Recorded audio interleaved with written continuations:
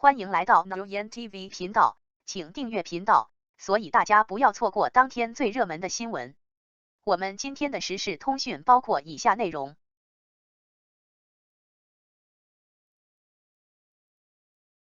王一博粉丝正能量致敬各行各业默默奉献的无名者。少年无名，心存信仰，一夜着墨书山河，世间有光，身谱华夏，一生一曲无名歌。王一博粉丝2月在全国10家城市面向20家群体举办电影无名公益观影活动。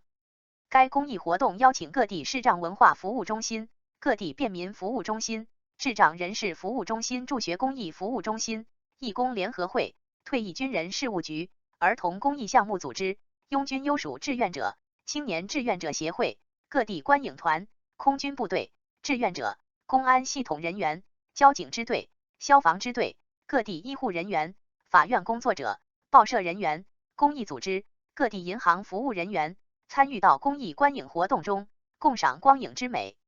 正是这些无名者的默默付出，汇成照亮这世界的万丈光芒。愿信仰永不磨灭，理想熠熠闪光。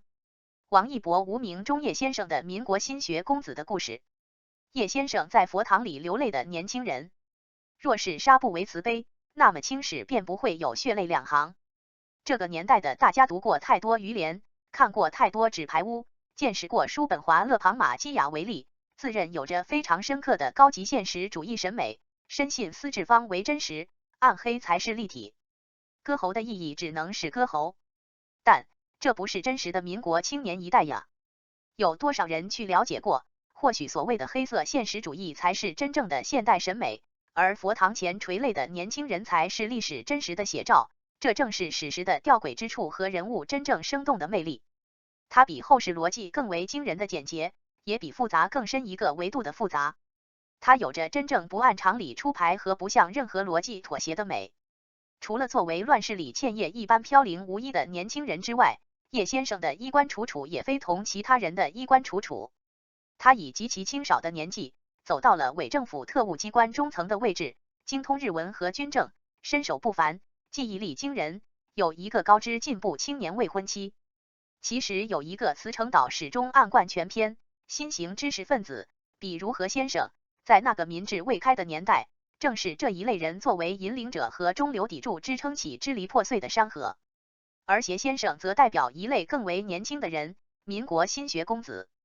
这比混血的臆测更为生动与合理。民国新学公子，家世未必显赫，但至少书香或士绅。在那个梁启超的新民说还在被湮灭，讲究精英教育的民国，被《论语》和西语共同培育长大。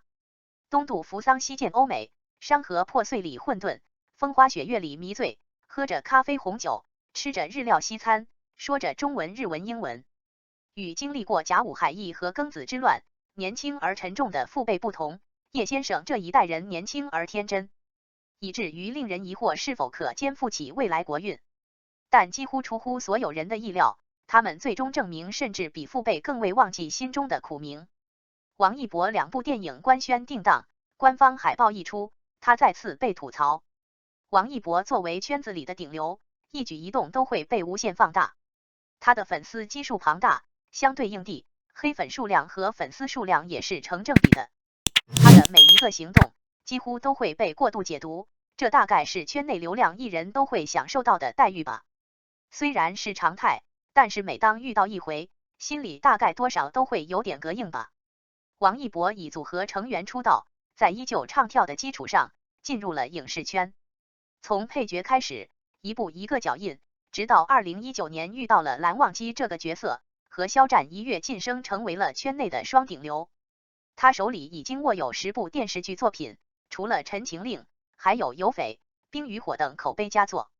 如今他又转战大银幕，年初上线的电影《无名》也是取得了佳绩。在春节档竞争如此激烈的情形下，最终依旧拿到了 9.31 亿票房，同时打破了4项纪录，68项里程碑。这个票房或许看起来并不算突出，但是对于王一博进军大银幕的首战而言，已经很亮眼。他参与主演的电影《长空之王》和《热烈》2部电影也都官宣定档，又是对王一博票房号召力的一次考验。当初为了拍摄好《长空之王》中的角色，他是提前1个月进组训练，为了把雷雨这个角色诠释好。长空之王的演员阵容也很强大，胡军、周冬雨都参与了。该电影定档在4月28日上线，他也是忙着参加路演，给电影宣传。同样定档的还有《热烈》，是大鹏执导的电影。合作前辈黄渤，对于王一博而言是一个很好的机会。他在里面饰演卖艺少年陈硕，与他团队成员还是很吻合的。电影里的他是一个阳光少年，热烈追梦，为了能上场不断努力，相信大家可以看到他精彩的舞技。热烈定档在7月28日，官方海报也是第一时间就放出来了。只不过在一众期待声中，总会夹杂着一些不和谐的声音。首当其冲的自然就是王一博，他被黑粉吐槽不配起身，不配露脸，凸显他低人一等。只能说，现在黑粉黑人简直毫无逻辑可言。这样的场景其实对于王一博和粉丝们而言，早已经似曾相识，毕竟无缘无故被吐槽是常态。但是，编剧陈芷溪可不惯着黑粉，直接取证怒对，还好心给解读了该海报的真实含义。最后，预祝长空之王和热烈都能取得理想的票房。你们会去看吗？感谢您观看视频。如果您觉得本时事通讯有用，请不要忘记点赞、评论和订阅。祝您生活愉快，充满活力。再见。